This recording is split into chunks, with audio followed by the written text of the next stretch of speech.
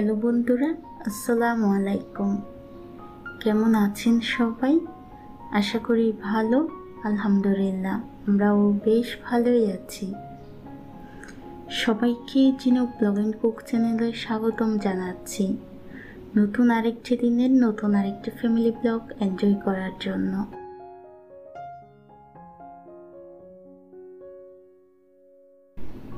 এটা আমার 15 রমজানে রেকর্ড করা ভিডিও। আজকে ভিডিওটা ভয়েস ওভার দিয়ে আপলোড করতেছি। 15 রমজানে আমার তানহা মা জীবনের প্রথম রোজা রেখেছিল। তানহার যেহেতু এটা প্রথম রোজা, তানহাও বেশ এক্সাইটেড ছিল, সেই সাথে আমরা সবাই এক্সাইটেড ছিলাম। ওকে নিয়ে সারাটা দিন আমরা পার করেছি, ওর সাথে সাথে ছিলাম। তো এর মাঝখানে সংসারে কিছু কাজকর্ম করেছি, সব মিলিয়ে ওই দিনটা আমরা কিভাবে পার করেছি সেটাই মূলত আজকে ভিডিওতে শেয়ার করব। এখানে আপনাদের ভাইয়া বেশ অনেকগুলো বাজার করে নিয়ে এসেছে। তানহার কিছু ডিমান্ড ছিল ইফতারিতে কি কি আইটেম থাকবে, তো বাসায়ও কিছু জিনিসের প্রয়োজন ছিল, সেই সাথে তানহা বলছিল হালিম তৈরি করতে। এখানে হালিমের প্যাকেটও নিয়ে এসেছে। এখন আমি বাজারগুলো গুছিয়ে রাখবো। এই শসাগুলো কেজি 20 টাকা দরে কিনে নিয়ে এসেছে, কিন্তু প্রথম রমজানে এই শসার দাম ছিল নাকি 120 টাকা। তবে আমি রমজান শুরু হওয়ার 3-4 দিন আগেই বেশ অনেকগুলো শসা কিনে রেখেছিলাম। এই তো বাজারগুলো এখন জায়গা মতো গুছিয়ে রাখতেছি, যেগুলো ফ্রিজে রাখতে হবে সেগুলো ফ্রিজে উঠিয়ে রাখবো। তো বন্ধুরা, আপনারা যারা আমার চ্যানেলে নতুন, আজকে প্রথম আমার চ্যানেলটা ভিজিট করতেছেন, আপনাদের কাছে যদি আমার ভিডিওগুলো ভালো লাগে তাহলে আমার চ্যানেলটা সাবস্ক্রাইব করে আমার ছোট্ট চ্যানেলটির পাশে থাকবেন। আমাকে একটু ইউটিউবে জায়গা করে দেওয়ার চেষ্টা করবেন, আমার এই পথ চলাটাকে সহজ করতে সাহায্য করবেন। বাজারগুলো তো আমি ডাইনিং টেবিলে একবার খুলে দেখেছি কি কি নিয়ে এসেছে। এখন আসলে কিছু জিনিস এখানে ক্লিন করতে হবে, তাই এগুলো ছিঙ্কে নিয়ে আসলাম। এই শুকনা বাজারগুলোর সাথে না আপনাদের ভাইয়া 2টা মুরগিও নিয়ে এসেছে, একটা ব্রয়লার মুরগি আর একটা দেশি মুরগি। তো আমি মুরগিগুলো একটু ধুয়ে কেটে ফ্রিজে রেখে দেব, সেই সাথে যেগুলো রান্না করব সেগুলো এখন রান্না করে নেব। এখন বেলা প্রায় 2টা-2:30টার মতো বাজতেছে। আমি নামাজ পড়ে কাজটা শুরু করেছিলাম। পেঁয়াজুর ডাল, চিনি এগুলো সব সময় আমি আমার কিচেন ক্যাবিনেটেই গুছিয়ে রাখি। আজকেও তার ব্যতিক্রম না, এখানেই গুছিয়ে রাখবো। আর ক্যাবিনেটের মধ্যে জিনিসগুলো রাখলে না জারগুলো একদম পরিষ্কার থাকে, তেল ছিটছিটে হয় না, এটাই আমার কাছে বেশি ভালো লাগে।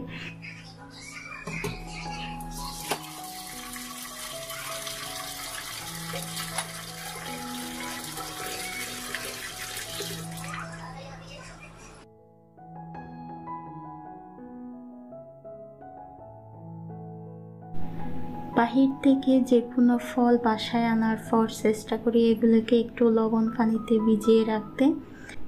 আজকে আপনাদের ভাইয়া কিছু আঙ্গুর, আপেল এগুলো নিয়ে এসেছিল, তো এগুলো আমি পানিতে ভিজিয়ে রাখলাম। এরপর ডিমটাও ক্লিন করে নেব। কাজগুলো এভাবে একবার গুছিয়ে রাখলে না আপনার অনেক দিন যাবত আরাম পাওয়া যায়। যেমন এখানে আমি ডিমগুলো ক্লিন করে রেখে দিচ্ছি। ডিমগুলো যখন ইউজ করব তখন আর ওইভাবে ক্লিন করতে হবে না, সেই সাথে আমার ফ্রিজটাও একদম পরিষ্কার পরিচ্ছন্ন থাকবে, কেননা ডিমের মধ্যে অনেকখানি ময়লা থাকে। এই ডিমগুলো যদি ওইভাবে ফ্রিজে রেখে দিই তাহলে আমার ফ্রিজটাও ময়লা হয়ে যাবে। তো কিছু বাড়তি কাজ না করার চেয়ে এভাবে সাথে সাথে যদি আমরা কাজগুলো করে নিই তাহলে আমাদের জন্যও ভালো হয়, সেই সাথে আমাদের স্বাস্থ্যের জন্যও ভালো।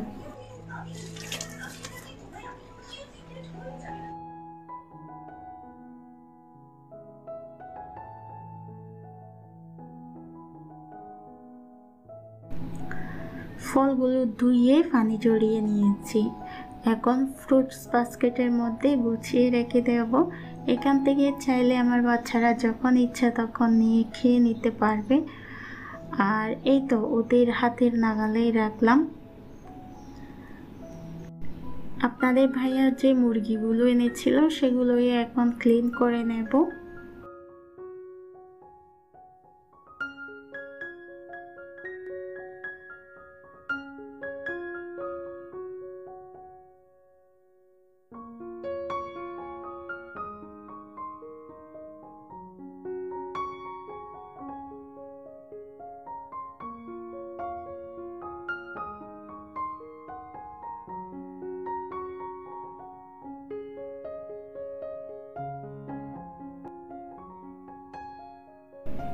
এই যে মুরগিগুলো আমার মোটামুটি ক্লিন করা হয়ে গিয়েছে।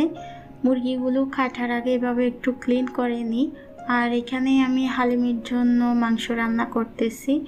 মুরগির হাড় সেই সাথে কিছুটা সলিড মাংস নিয়ে এখন আমি হালিমের জন্য রান্নাটা করে নেব। অনেকে কি করে হালিমের সাথে মাংসটা রান্না করে, আসলে এক একজনের রান্নার স্টাইল এক এক রকম। আমি যেটা করি, হালিম রান্না করার আগে এভাবে আলাদা করে মাংসটা রান্না করে নিই, এরপর হালিমটা রান্না করি। একদিন আপনাদের সাথে রেসিপিটা শেয়ার করব। আসলে ওইভাবে রান্না করলে আমার কাছে না খেতে অনেক বেশি ভালো লাগে। আর এখানে আমি কিছুটা দেশি মুরগির মাংস রান্না করব বলতে এগুলো একটু একদম বোনা বোনা করে রান্না করব। সেহরির সময় ওইভাবে আসলে খাওয়া যায় না, চেষ্টা করি কোনো একটা মাছ কিংবা মাংস এভাবে একটু বোনা করে রান্না করার জন্য, এতে করে দুটো ভাত খাওয়া যায়।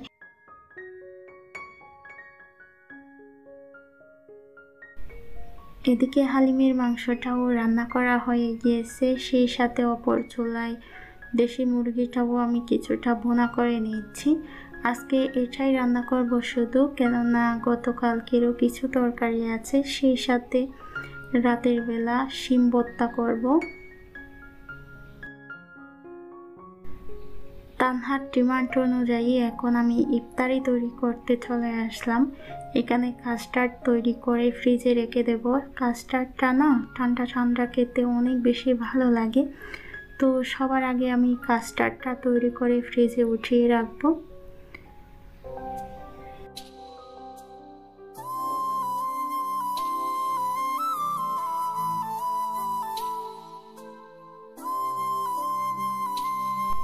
এখানে 1 লিটার গরুর দুধকে আমি জাল দিয়ে 1/2 লিটার করে নিয়েছি।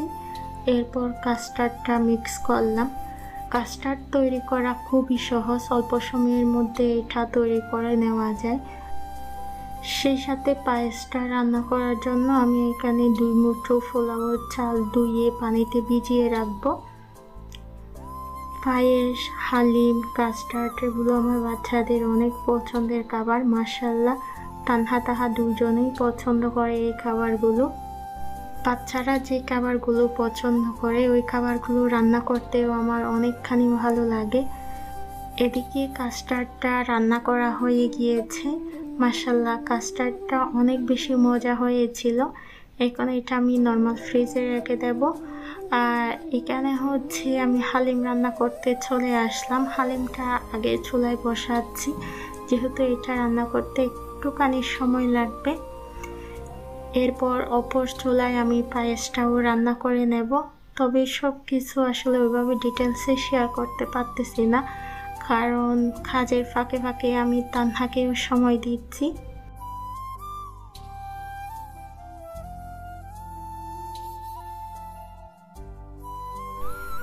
এই যে ইফতারের সময় প্রায় হয়ে এসেছে, আর 30 মিনিট মতো বাকি আছে। তানহাকেও রেডি করে দিয়েছি। আর তানহার কাছে আমি বারবার জিজ্ঞেস করতেছিলাম, মা তোমার কি কোনো প্রকার খারাপ লাগতেছে? তানহা বলতেছিল, না আম্মু, শুধু ওর নাকি পানি খেতে ইচ্ছে করতেছিল। যাই হোক, এটা একদম শেষ মুহূর্তে ইফতারিটা আমি মোটামুটি সাজিয়ে নিয়েছি। এখানে কাস্টার্ডের জন্য কিছু ফলও কেটে নিয়েছি। আজকে আমার পাশের বাসায় ইফতারি পাঠাবো। যখন আমি এরকম ব্যতিক্রমধর্মী ইফতার তৈরি করি তখন চেষ্টা করি কারো না কারো বাসায় ইফতারিটা পাঠাতে, এতে করে আমার কাছেও বেশ ভালো লাগে। আর এই কাজটা আমার তানহা তাহা বেশ এনজয় করে। ওরা কি করে এই জিনিসগুলো নিয়ে ওরাই যাওয়ার চেষ্টা করে। এখানে আমি ইফতারি পাঠানোর জন্য সব কিছু একটু গুছিয়ে নিয়েছি, এখন পাঠিয়ে দেব। এরপর আমরা সবাই মিলে একসাথে ইফতারটা কমপ্লিট করব। তো বন্ধুরা, এই ছিল আমার আজকের মতো ভিডিও। আশা রাখছি আপনাদের কাছে ভালো লেগেছে। আপনারা আমাকে কমেন্টস করে জানাবেন, হ্যাঁ আমি জানতে পারলে আমার কাছে বেশ ভালো লাগবে। তো আজকের মতো বিদায় নিচ্ছি। ভালো থাকবেন সবাই, সুস্থ থাকবেন। আল্লাহ হাফিজ। আসসালামু আলাইকুম।